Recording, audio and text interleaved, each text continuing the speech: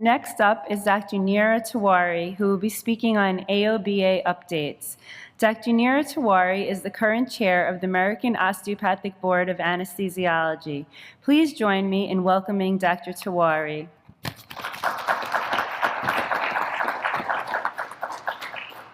Good afternoon. Thank you for that wonderful conversation. I think that's on the forefront of all of our minds about anesthesia reimbursement. Okay, so on behalf of the AOA and the AOBA, I am pleased to be here with all of you to present an update on our migration to the AOBA certification with longitudinal assessment process for OCC Component 3. I'm the current chair, as Dr. Landman mentioned, for the AOBA. I'm a fellow of the AOCA, and I'm also a proud diplomate of the AOBA. I'm very pleased to be presenting this update. I'll be answering any questions with the panel at the end. So all the AOA specialty boards have either launched or are actively developing longitudinal assessment programs. This was put in place to replace the high-stakes recertification exams that was required previously every 3 to 10 years. It has many benefits. It maximizes the convenience of a remote proctored exam while minimizing your time and expenses spent in preparation for the high-stakes exam. It can be completed whenever and wherever it's best for you. It provides you with immediate feedback of each response with a reference to the source for the question, and learning becomes a continuous process. It empowers you to immediately apply your new knowledge to your practice and reinforce it over time. The AOA launched our first longitudinal assessment program in 2019, and I'm very happy to say that anesthesia, along with OBGYN, were one of the first boards to adopt this.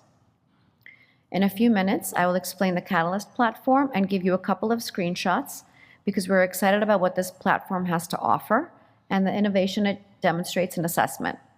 But first, I'm going to review the AOBA longitudinal assessment plan. For the AOBA, the purpose of its longitudinal assessment plan is to provide a high-quality evaluation of diplomats while allowing greater flexibility to meet OCC Component 3. It is designed to give diplomats the freedom to access and select content that is relevant to their specialty, all while keeping with the true spirit of continuous learning that annual assessment offers. LA is an annual process, so once you begin, you will continue to register and complete the assessment segments annually. With respect to the 2025 assessment segment, which is currently running, there are a few groups of diplomats for whom completion of the 2024 assessment segment is required. Registration is closed, but if you need any help, please reach out to our office. So that would include diplomats who have previously participated in the AOBA cognitive assessment process from 2019 to 2024, and diplomats whose certificates are expiring in 2026. The 2025 assessment segment questions, which is available on Catalyst from now through November 30th, the registration for the 2026 assessment segment is open June 1st and will close on October 31st. After the deadline of September 16th, there is a late fee if you apply afterwards. After registering, the questions will be available starting in January 2026. This segment is required for diplomats with a 10-year certification that expires in 2026, diplomats who have registered for and completed the 2025 assessment segment, and all diplomats that are currently completing the 2025 assessment segment. Diplomats who received their initial certification between 2021 and 2024. On the NBOME Catalyst platform, each assessment segment allows for a first attempt of questions during the first 9 months of the calendar year. It requires diplomats to answer 30 untimed multiple choice questions related to topics from the OCC table of specifications. There will be a reattempt period, if you need, from October 1st to November 30th. And to pass, the diplomat must achieve a score of 70% or greater on each year's assessment. As I mentioned, Catalyst is a learning platform that provides both performance feedback as well as educational resources. It is highly customizable depending on how the boards are constructing their LA assessment programs. For our diplomats, we've made it very convenient and easy to use. You can access it 24/7 on your laptop, your smartphone, your desktop. We think this transition to longitudinal assessment better enables our diplomats to continually assess and improve their skills and offers an assessment that truly enables our diplomats a commitment to lifelong learning. This slide provides a screenshot of the platform when you log in. Diplomats can follow their own progress, so it'll include the number of questions that have to be answered, the number of questions that you have answered, and both highlight which ones were correctly answered and which ones were incorrectly answered. It also provides diplomats with their strength and weakness in different content areas and ongoing access to learning resources. So to recap, in 2026 and moving forward, the AOBA longitudinal assessment will be offered on the NBOME Catalyst platform. Each year's assessment will require a completion of 30 multiple choice questions per year, with the first attempt between January and September, and a second attempt for those that need it between October and November. You need a score of 70% or higher for each year's assessment to pass. Additionally, registration for the following year's assessment will be available from June 1st to October 31st on the AOBA website.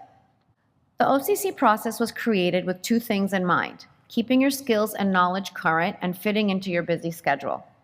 I know I've spoken about this, and Dr. Deppa has spoken about this in the past, but just to review, we have 4 components. You must have an active, unrestricted license to practice medicine in the U.S. or a territory. You must meet the CME requirements specific to your specialty, which is 75 total credits. So we really love the AOCA putting these meetings together. Thank you. We require 18 credits for the AOA Category 1A and 1B. CME requirements run on a 3-year cycle. So we just started our 3-year cycle, and this will end in December of 2027. And then you must complete the annual longitudinal assessment. The requirement is to complete 30 untimed multiple choice questions per calendar year, as we just reviewed. Component 4 is related to quality improvement. The requirement is to complete 1 practice performance assessment activity and complete the attestation form every 3 years. And these are usually things that you're likely already doing in your practice. All your OCC progress can easily be tracked and monitored on the AOA Physician Portal. I want to share some of the dates for the upcoming exams. They're similar to what we've had in the past. The initial written certification exam was already administered on August 7th. Our upcoming oral exam will be administered on October 18th. All of our exams are now administered using a remote platform. The application and administration dates can change. These are the most current dates we have right now. As always, the AOBA invites you that are interested in becoming one of our content experts for item writing or participating as an oral or clinical exam.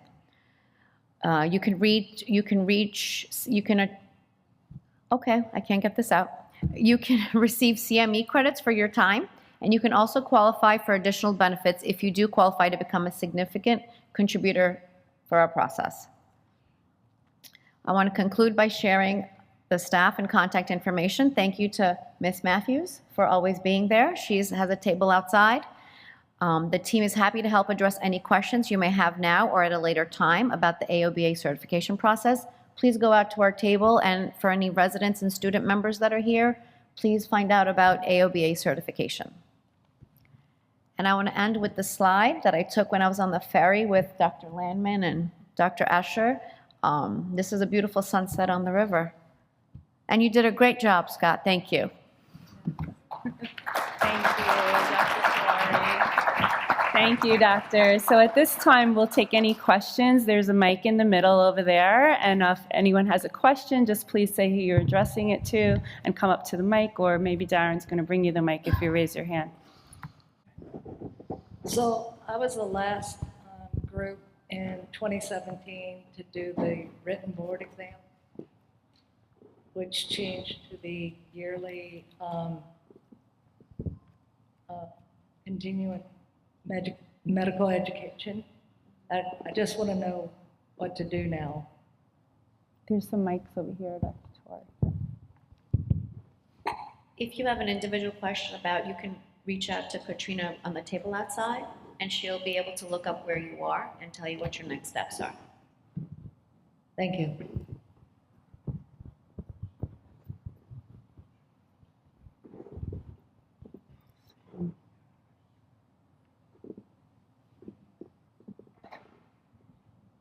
It's the way it always happens. It's back and forth. When I lecture to Yeah. students, It's the getting- next question will come from back over here, I'm sure.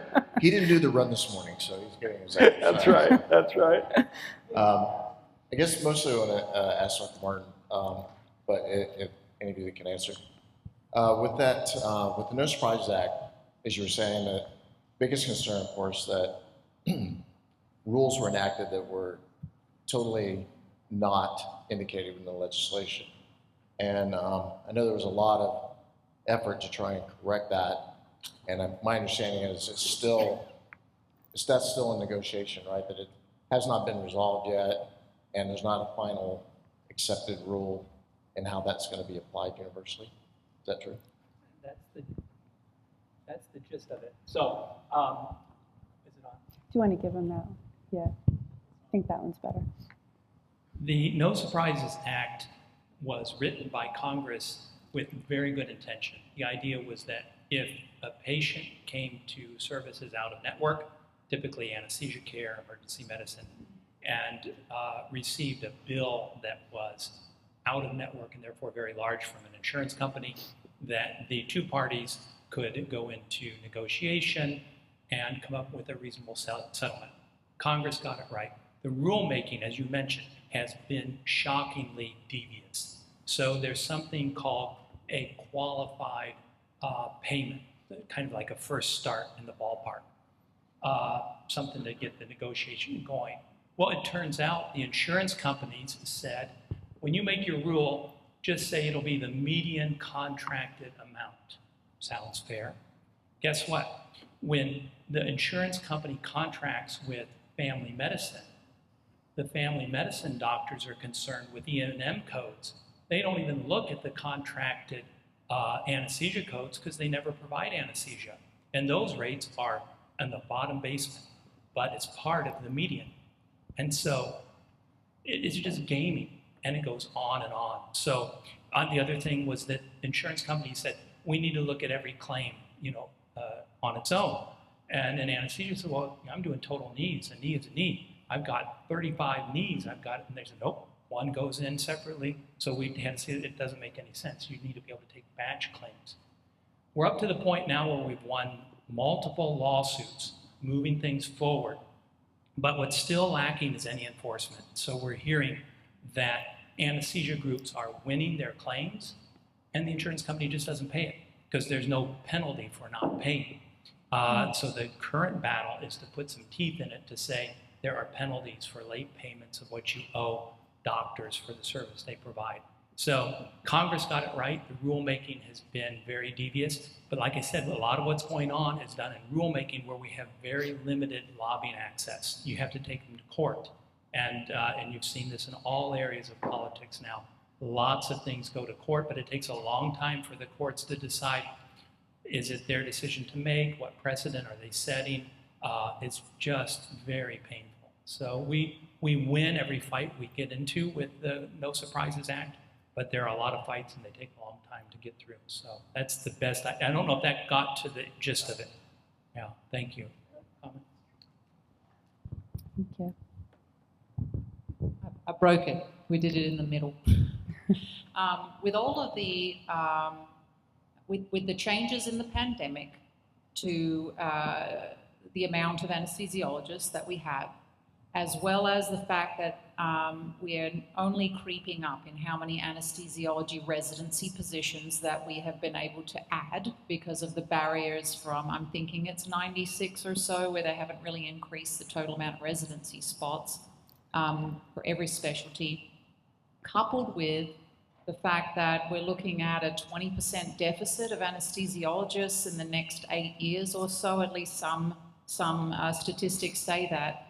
Have you heard anything on the front lines on what types of efforts are going to be made to increase anesthesiology residency spots so that we can actually address some of those deficits, knowing that astronomical costs are associated with decreasing reimbursement, but lack of anesthesia providers means then you don't really have anyone to perform the service, and so the juxtaposition between the both really doesn't look so great for the future. Have you heard much? You've done so many things, so. Well, I'll start. I hear it every day. I don't have any answers, but you're exactly right. I think we're facing a huge perfect storm. So we had a period back in 1996 where the crystal ball said we're going to have an oversupply of anesthesiologists, and a lot of people didn't go into the specialty. And not only did that create some of the shortage, just some of the shortage that we have now, but it also created a lot of skepticism about soothsayers that claim to know about either shortcomings or oversupply in the anesthesia market. So on top of that, COVID caused a lot of early retirements. I think the latest that I heard, the median age of anesthesiologists is 55. So we're going to see more retirements in the face of an aging population that has increasing need for anesthesia services.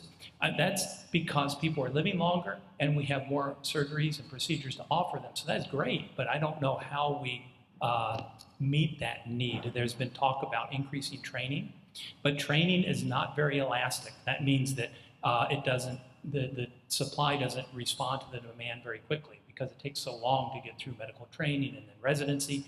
And these decisions are made by young people that are trying to calculate a lot of things about lifestyle. And we see some people choosing to go into AA or nurse anesthesia or physician assistant roles because they don't really know what the future of the profession is going to look like. So I think it's multifaceted. In the near term, we've seen some changes in the ABA with this alternative pathway for international medical grads, usually working in an academic environment.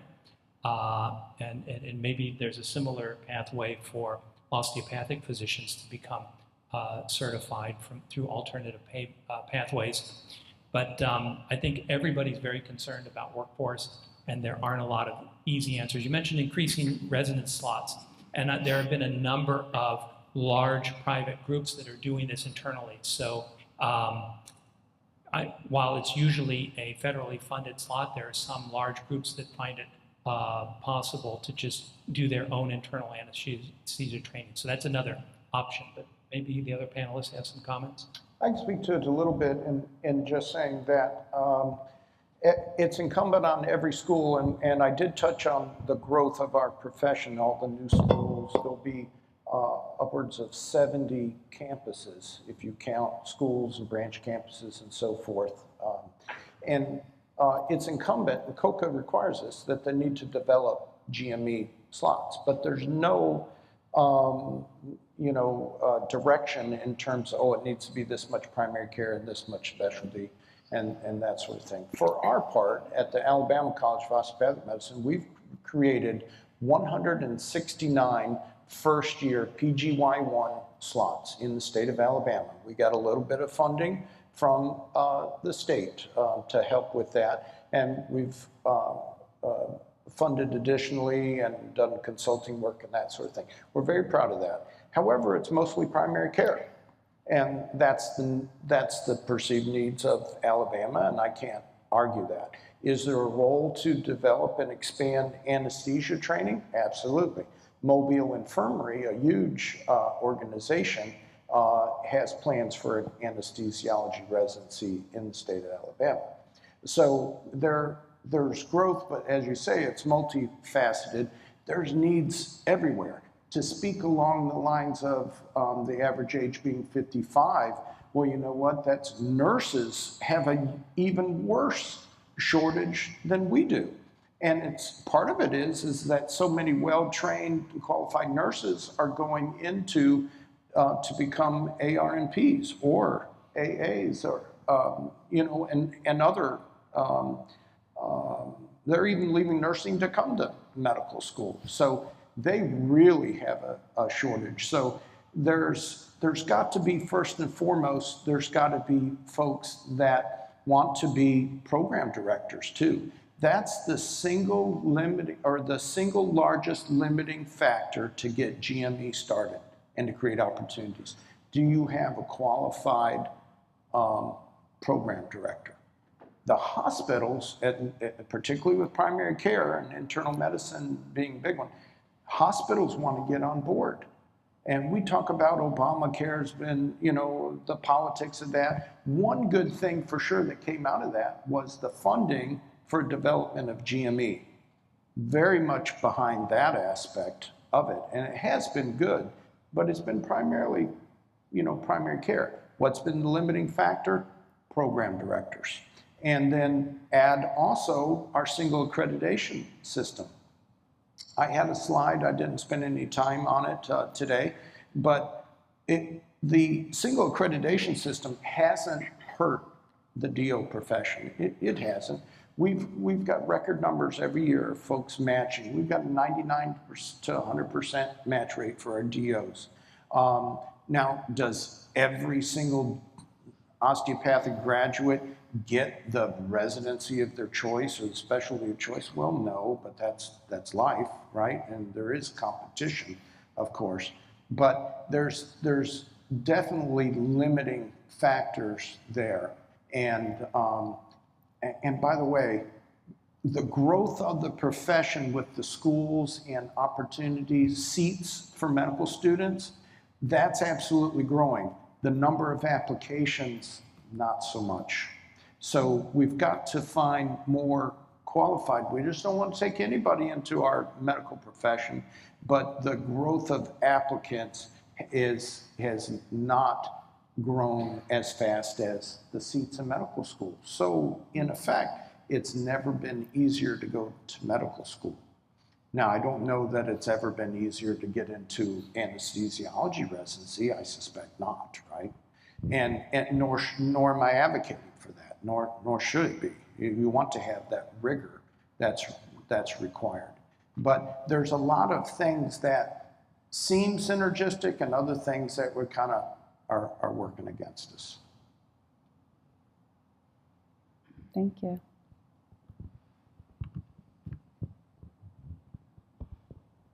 Guy Williams, I'm an osteopathic anesthesiologist, but I was trained in an MD program at Walter Reed. And seeing the difference in the AOBA certification process and the ongoing ABA process, it seems that it's quite different. You know, in the longitudinal assessment, they give a trial of 30 questions that you perform over the year's time.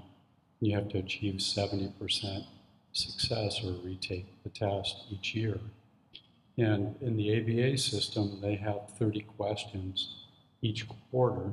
So you have, 120 questions, and you have to also achieve the 70%. Also, when I became board certified, I had a lifetime board certification, and then they changed it to 10 years through the ABA, and then they recently changed it to 5 years. But I had to continue with the maintenance of certification questions. But it seems like there's quite different requirements between the AOBA and the ABA. The question is, will they become similar over time? And it seems like the osteopathic anesthesiologists have a lot higher hurdle to meet to pass these questions each year. Thank you. Thank you for your question. So it has been a different pathway. We had just recently come away from the high stakes exam. So that took the board some time, and we have to balance what would be too burdensome for the diplomats and what the AOA requirements were. The AOA requirements are just general requirements, and it's very hard because what works for family practice may not work for ER and may not work for ortho or anesthesia, but they still have their outline of requirements. So that's why we had to do the adjustment of the 30 questions. Try not to make it burdensome and make it accessible to, I think you were referring to MOCA. That's just to get that on a platform that's accessible to the diplomats on a laptop or on a phone. That was a huge hurdle for us. So we are trying to work in a way to make it not as painful. It's for me, studying for a high stakes exam every 10 years or 7 years this is much more amenable, and we on the board try to think, what would we want to do? It is a great suggestion to go to a quarterly model. Maybe we may at some point. But that's just, we're in the progress of just getting away from the high stakes exam, and this is the first or the second step in that direction. Thank you. Another question? Along those same lines, do we have a time frame for when the subspecialty boards will move to the longitudinal assessment rather than the high stakes? I don't really have that. Is there a which specific subspecialty you're asking about? Pain. Pain. Yeah. I don't think we have that right now. Dr. Deppa, do you? The AOA, I mean, they've been working aggressively to get all 18 boards to eliminate the high stake exams and transition to longitudinal assessment. It's my understanding, maybe Dr. Thacker can further this, but they're probably going to start focusing on the subspecialty exams, and that's a lot of probably internal medicine and family medicine, things like that. But in terms of pain, our subspecialty exams, I don't think there's anything in the near future. Sorry. That's absolutely right, Dr. Deppa, and also the pioneering in some respects, taking the exams remotely, taking them from home rather than traveling to Chicago or wherever. So really trying to innovate that and to keep people, attract folks, keep people into the fold. And if you've been previously board certified somewhere else and you want to come into the AOA, trying to streamline that process and make it easier. Thank you. I think that's our last question. I have right? a question for the you do? audience, Yeah. if you can indulge Sure. me. So, or those of you that, and this is a very small sample size, a straw poll, but those of you that are here, who are program directors in anesthesia? Anyone that's a program director? Okay. And who is involved in training residents? Very good. Thank you for that. And I imagine those same people, but maybe some additional folks, are involved in training students. Who's a preceptor for whether it's DO or MD schools, right? And that's great. And so that's really what I want to focus on during my time, is how to recruit more folks. With the growth of our profession, the number of campuses that are spread out everywhere, I really want us to look for opportunities to train not just our residents, but our students. There's a lot more students, and there's a lot of them that need to have a better understanding and appreciation of anesthesia as well as other specialties, yet they may not go into that. They really need to have that exposure. And if you can provide that, you'd be doing a great service to the profession. Thank you for those that are, and thank you for those that will consider it. Thank you. Thank you so much, doctors, for these updates. We are at time and we'll need to conclude the session, so please join me in thanking Drs. Richard Thacker, David Martin, and Neera Tewari.